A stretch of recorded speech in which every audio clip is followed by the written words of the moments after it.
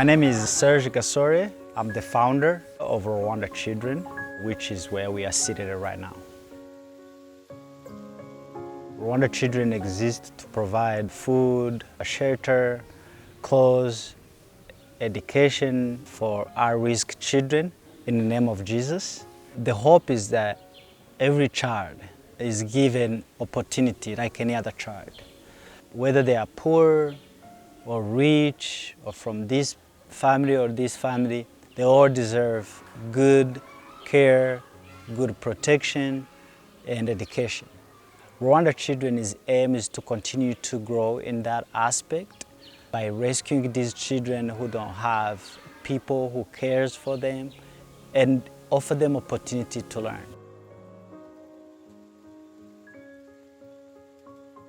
My name is Monique Marcourt, and I teach an engineering design course called Junior Clinic. Every single engineer in our program takes this course, and we work with local and international nonprofits. So every year we try to have at least one WAM project, Wildcats Academic on Mission. And this year our project was with Serge Gasore at Rwanda Children. So I've known Serge for years, since he was a student here at ACU and got married. And when we found out he was doing great things with Rwanda Children, we decided that we would want to join them too and see what we could do from an engineering perspective. My team got assigned to come out here to the Rwanda Children Ministry campus and perform a survey for them to help them find areas where their water erosion was affecting their campus. So Rwanda Children is about 56 acres, and during the rainy season in Rwanda, which is a pretty significant downpour, they have a problem where water passes through their infrastructure, erodes their foundations, and then floods their agriculture. So what a survey does is it captures data points where we hold a GPS up, and it tells us this is that elevation at that point. So 10 paces forward, take another point, and this is showing us the shape of the land. The survey shows us how it contours, how it shapes, and where that water will flow, and then hopefully what we can do to reshape the land to control the erosion that's occurring, as well as maybe use that water or redirect it somewhere it can be useful. So right now we're turning the high school campus into a grid, and so we're putting pin flags down and making sure our lines stay straight with a compass. So all these points represent a signal based on where it triangulates from a satellite to our point to our base. And so this is going to tell us the elevation, so it can create a bunch of contour lines basically. This project definitely helped me to understand different aspects of engineering that you can't really understand just in school. We got to work on creating a budget, and then how whenever you actually start working on a project, it doesn't always go exactly how you expect, and there's markup cost and stuff that you can't really control. After getting to Rwanda and seeing the terrain firsthand, our strategy has changed. Instead of snaking along the perimeter line by line, with this windy road, as you can see, there's a lot of little subsections that we're going to call islands. We're just going to grid out each of these mini islands and do them separately because it's pretty dense agriculture, and yeah, we're getting through it. So I came out here with the engineering group to do a topographical survey across the whole Rwanda Children campus, and then also to, as part of a borehole maintenance project, to build and design a pump house for their borehole pump. And that took way less time than I thought it would. I mean, we worked with a bunch of people locally to, work with them and not for them.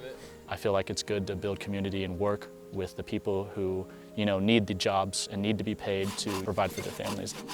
So with us on the team, we actually had a couple of students that are speech pathology majors, and they joined us on this trip. This is the first time that our department has come to Rwanda Children. So we're doing a lot of different things. It was kind of more for research for us on our side, but also just helping where we could. So we helped with a few children that they specified maybe having communication difficulties. We also worked with the literacy and numeracy program and just talked with them about communication and communication disorders and what that is. We also worked with the sewing program with teen mothers and talked with them also about communication difficulties that they could possibly see in their children or their neighbors' children. We realized that if we just focus on kids and leave the families outside, we will be doing it half. So we decided to start another program called Family Transformation, which is educating parents, educating people in a community, and of course everything for us goes with the good news of the gospel. Another component, big component of our program is agriculture, because all the food we feed our kids, 845 kids, we grow it ourselves. Those are the programs we are running right now, and we can't thank God enough. Rwanda Children was born out of my personal life story. As a Christian who experienced so much pain as a child, I wanted to find a way to give back to my community. Because Rwanda Children is located in the same village where I was born and raised from. Growing up, my community was experiencing divisions among people, which led to the genocide against Tutsi in 1994.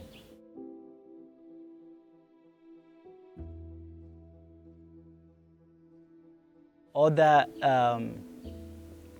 created a pain in my life.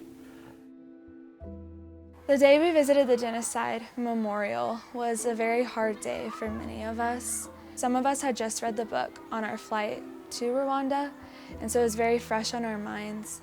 And just stepping in the place and knowing the horrors that were committed there was just such a heavy burden on our hearts.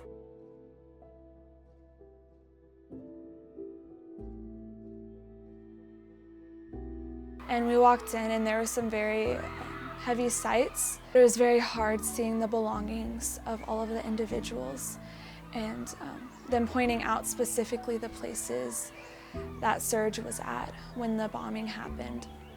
Reading the names was also very hard, just seeing all the families that were killed. I don't even have like words to describe it. It was just really hard and shocking that someone could go through that. How can a community go from that to what it is now? And it's beautiful, it's like a miracle.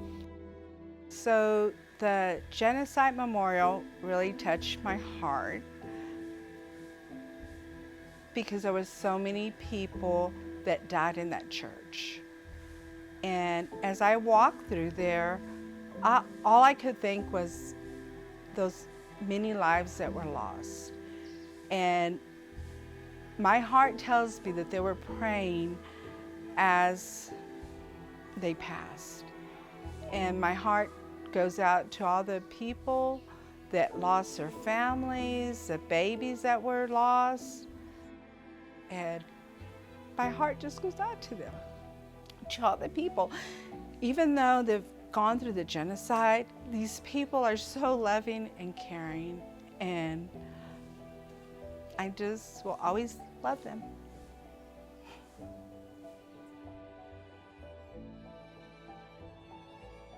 However, I managed to recover from that because I pursued running as an athlete, and that kept me busy, helping me to avoid these thoughts, these bad thoughts connected to my past. Instead of me being kept by the past, I felt that if I can recover and help my fellow citizens recover, especially children, then we'll have a bright future for our country. Of course, I look in the past to remember, my loved ones who perished, to honor them and to learn from it. But I also want to focus on the future, so that helped me. And my faith, my Christian faith also is one of those things that have helped me recover, because the Bible tells us to be united, to not hold anger against people. So that's why I feel like I've been able to recover, not fully, but I feel like I'm on the right track.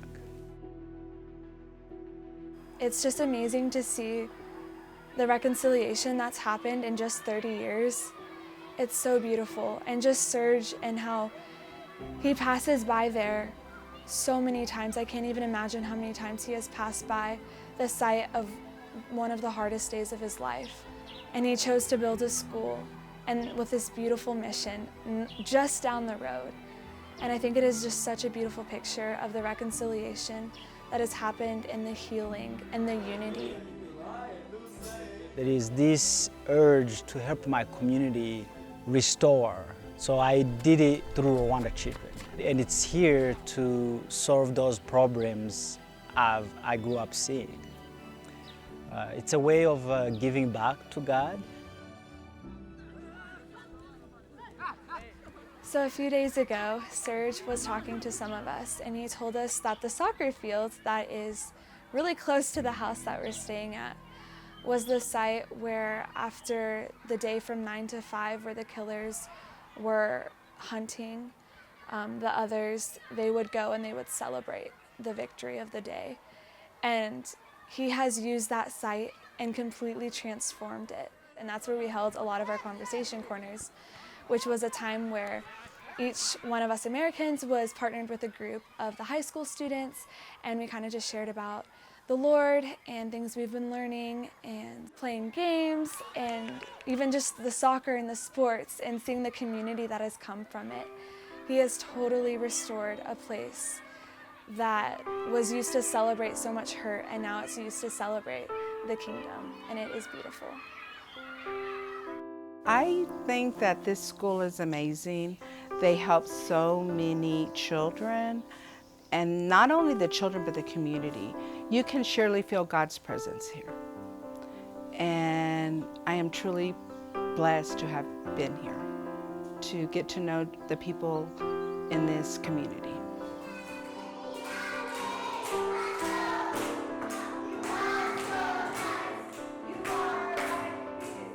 It really has humbled me in a way. It's like we all share the breath of life that God has given us. There's just some things that I noticed. It's like materialistic worth and how we view our financial stability and stuff like that, while they view more of just joy in general, whether they're, coming up from rocks or they're coming up from tons of money, their joy is just significantly different. The joy here has truly just restored us.